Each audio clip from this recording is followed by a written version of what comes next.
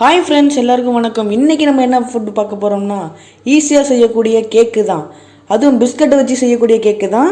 அதை எப்படி செய்யலான்னு வீடியோக்குள்ளே போய் பார்க்கலாம். வீடியோக்குள்ளே போகிறதுக்கு முன்னாடி நம்ம சேனலை மறக்காம சப்ஸ்கிரைப் பண்ணி வச்சுக்கோங்க. அப்போ தான் நம்ம போடுற வீடியோ உடனுக்குடன் உங்களுக்கு வரும். கேக்கு செய்கிறதுக்கு தேவையான பொருளை பார்த்துக்கலாம். பால் 200 ml, அரைச்ச ஜீனி, ஈனோ ஒரு பாக்கெட்டு, 5 ரூபா ஹாப்பி பிஸ்கட் 4 பாக்கெட்டு, தேவையான அளவு முந்திரி, தேவையான அளவு திராட்சை. நம்ம எடுத்து வச்சுருக்க பிஸ்கட்டை இப்போ மிக்சியில் போட்டு அரைச்சிக்கலாம். இதில் சின்ன சின்ன துண்டுக்களாக உடச்சி போட்டுக்கலாம் சேரில்.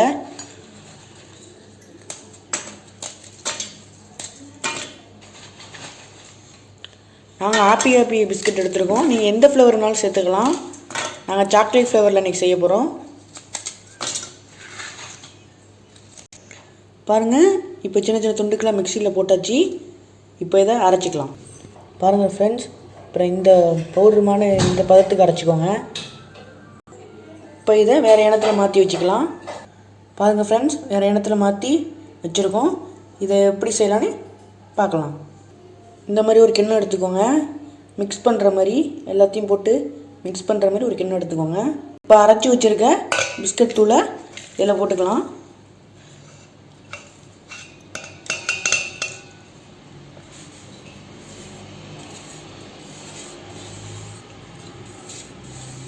பாருங்கள், இப்போ ஒரு கிண்ணத்தில் இதை சேர்த்தாச்சு. இதோட எடுத்து வச்சுருக்க பாலை ஆட் பண்ணிக்கலாம். நல்லா பால் ஊற்றி நல்லா மிக்ஸ் பண்ணிக்கோங்க. க்ரீம் மாதிரி வர வரையும் கொஞ்சம் கொஞ்சமாக பால் சேர்த்துக்கலாம். கொஞ்சம் கொஞ்சமாக பால் சேர்த்து மிக்ஸ் பண்ணிக்கிட்டே இருங்க. இது காய்ச்சின பால் கிடையாது, பச்சை பால் தான். நல்லா மிக்ஸ் பண்ணிக்கிட்டே இருங்க.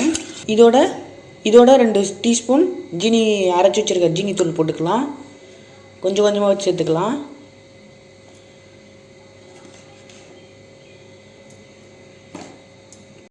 அதோட மிக்ஸ் பண்ணிக்கலாம். நல்லா மிக்ஸ் பண்ணிக்கோங்க. நல்லா கட்டி வராத மாதிரி மிக்ஸ் பண்ணிக்கிட்டே இருங்க. பாருங்கள், நல்லா மிக்ஸ் பண்ணிக்கோங்க. கொஞ்சம் கொஞ்சமாக பால் ஆட் பண்ணிகிட்டே இருங்க. ஜீனியும் கொஞ்சம் கொஞ்சமாக ஆட் பண்ணுங்கள். நல்லா க்ரீம் மாதிரி வர வரையும் நல்லா ஆட் பண்ணிக்கிட்டே இருங்க. நல்லா கிண்டிக்கிட்டே இருங்க. அப்போ தான் நமக்கு இந்த க்ரீம் ஃப்ளேவர் வரும். பாருங்கள், நல்லா க்ரீம் ஃப்ளேவரில் அழகாக வருது பாருங்கள். நீங்கள் இன்னும் கிண்டிக்கிட்டே இருக்கணும். கிண்டிகிட்டே இருந்தால் தான் க்ரீம் ஃப்ளேவர் வரும். பாருங்கள், நல்லா கிண்டிக்கோங்க. இதே மாதிரி நல்லா கிண்டிக்கிட்டே இருங்க. இப்போ இதோட எடுத்து வச்சுருக்க ஈனோ சேர்த்துக்கலாம். ஒரு பாக்கெட் ஈனோ சேர்த்துக்கலாம். நீங்கள் எந்த ஃப்ளேவர்னாலும் போட்டுக்கலாம், அதை பற்றி பிரச்சனை இல்லை. அதையும் போட்டு நல்லா மிக்ஸ் பண்ணிக்கிட்டே இருங்க. நல்லா கலந்து விட்டுக்கிட்டே இருங்க. அப்போ தான் நமக்கு அந்த க்ரீம் ஃப்ளேவர் நல்லா வரும். க்ரீமாக இருக்கும், கட்டி வராமல் இருக்கும். நல்லா மிக்ஸ் பண்ணிக்கிட்டே இருங்க. பாருங்கள், பார்க்க எப்படி சாக்லேட்டு ஐஸ்கிரீம் ஃப்ளேவர் மாதிரி அழகாக சாக்லேட்டாக இருக்குது பாருங்கள். டெய்ரி மில்க்லாம் உருகுனுச்சுன்னா என்ன ஃப்ளேவர் வருமோ அதே மாதிரி இருக்குது பாருங்கள். கண்குள்ளாக கச்சா இருக்குது. நீங்களும் இதே மாதிரி ஃப்ரெண்ட்ஸுக்கு, குழந்தைங்களுக்கு, ஃபேமிலிக்கு எல்லாருக்கும் செஞ்சு கொடுக்கலாம். நீங்களும் ட்ரை பண்ணுங்கள். நல்லா மிக்ஸ் பண்ணிகிட்டே இருங்க. டக்குன்னு மிக்ஸ் பண்ணுங்கள். கொஞ்சம் விட்டிங்கன்னா கொஞ்சம் கொஞ்சமாக சிலப்போ கட்டி பிடிக்கிறதுக்கு வாய்ப்பு இருக்கும். நல்லா மிக்ஸ் பண்ணிக்கிட்டே இருங்க. விடாமல் மிக்ஸ் பண்ணுங்கள் ஈனோ போட்டு. இப்போ இந்த பாத்திரத்தில் க்ரீம் சேர்த்துக்கலாம். க்ரீம் சேர்க்கறதுக்கு முன்னாடி இந்த பாத்திரத்தில் கொஞ்சம் கோதுமை மாவு சேர்த்துக்கலாம். ஏன்னா க்ரீம் ஒட்டாமல் இருக்கிறது கொஞ்சம் கோதுமை மாவு சேர்த்துக்கோங்க.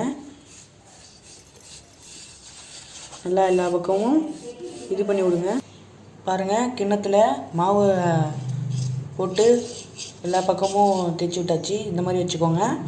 இப்போ க்ரீமில் முந்திரியும் திராட்சையும் ஆட் பண்ணிக்கலாம். ஆட் பண்ணிக்கலாம். இதையும் நல்லா போட்டு மிக்ஸ் பண்ணிக்கோங்க. நல்லா கலந்து விட்டுக்கோங்க.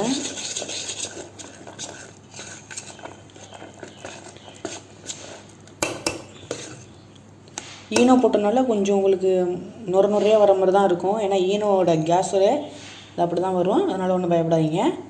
இப்போ இதை எண்ணத்தில் மாற்றி வச்சுக்கலாம். பாருங்கள், வேறு எண்ணத்தில் அழகாக ஊற்றுறோம். பாருங்கள், எவ்வளோ சூப்பராக இருக்குது பாருங்கள்.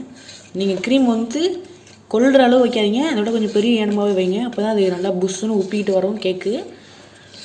பாருங்கள், இந்த அளவுக்கு நாங்கள் க்ரீம் செஞ்சு எவ்வளோ பெரிய ஏனத்தில் வச்சுருக்கோம் பார்த்துக்கோங்க. பாருங்கள், இப்போ ஒரு அடுப்பை ஆன் பண்ணி அதில் பெரிய குக்கர் வச்சுக்கோங்க. நீங்கள் உள்ள க்ரீம் ஊற்றி எந்த சைஸு ஏனம் வைக்க போகிறீங்களோ அதுக்கு தகுந்தாப்பில் குக்கர் வச்சுக்கோங்க. குக்கரில் வந்து ஹீட்டு வந்தோடனே கல் உப்பு சேர்த்துக்கலாம். எந்த உப்பு வேணாலும் சேர்த்துக்கலாம். இப்போ நாங்கள் கல் உப்பு சேர்க்க போகிறோம். பாருங்கள், இதில் இப்போ உப்பு ஆட் பண்ணிக்கலாம். நல்லா வெறும் குக்கரில் உப்பு மட்டும் கல் உப்பு மட்டும் போடுங்க. நாங்கள் கல் உப்பு போடுறோம், நீங்கள் எந்த உப்பு வேணாலும் போடலாம்.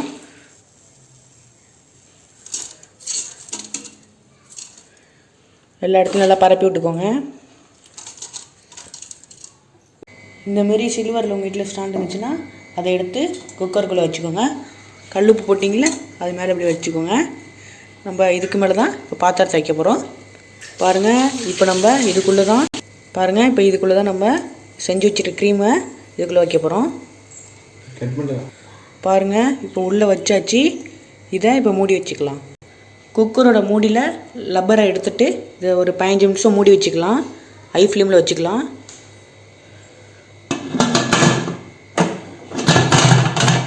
இது ஒரு 15 நிமிஷம் ஹை ஃப்ளேமில் வைங்க.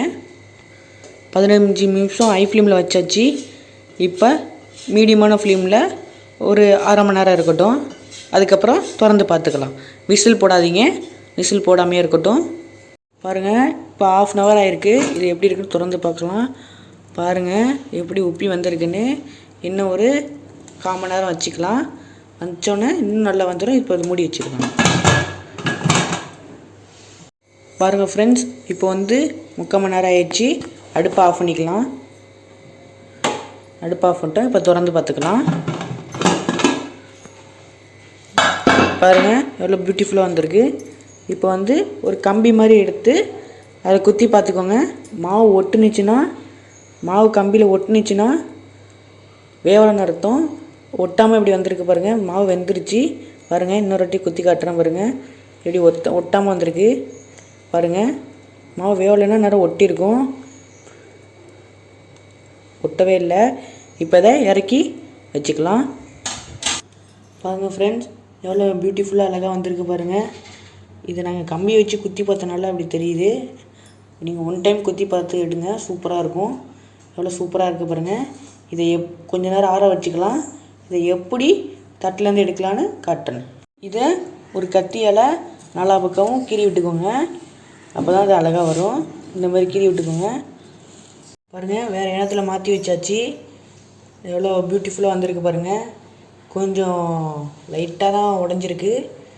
அது வந்து ஏனம் கொஞ்சம் கீழே இதாகிடுச்சு, அதனால் கொஞ்சம் இதாக இருக்குது. அதனால ஒன்றும் பிரச்சனை இல்லை. சூப்பராக வந்திருக்கு பாருங்கள். எவ்வளோ பியூட்டிஃபுல்லாக அழகாக வந்திருக்கு பாருங்கள். நீங்களும் வீட்டில் ட்ரை பண்ணி பாருங்கள். இந்த மாதிரி வீடியோக்கள் உங்களுக்கு வரணுன்னா மறக்காமல் நம்ம சேனலை சப்ஸ்கிரைப் பண்ணி வச்சுக்கோங்க. விருப்பம் இருந்தால் இது மேலே நம்ம எடுத்து வச்சுருக்க ஜீனி பவுடரை அழகாக தூவி வச்சுக்கோங்க. அப்புறம் நல்லா டேஸ்ட்டாக சூப்பராக இருக்கும். அழகாக தூவி விடுங்க. இந்த மாதிரி வீடியோக்கள் உங்களுக்கு வரணும் நம்ம சேனலை சப்ஸ்கிரைப் பண்ணி வச்சுக்கோங்க. லைக் பண்ணுங்கள், ஷேர் பண்ணுங்கள். மறக்காமல் நம்ம சேனலை பற்றி கமெண்ட் பண்ணுங்கள்.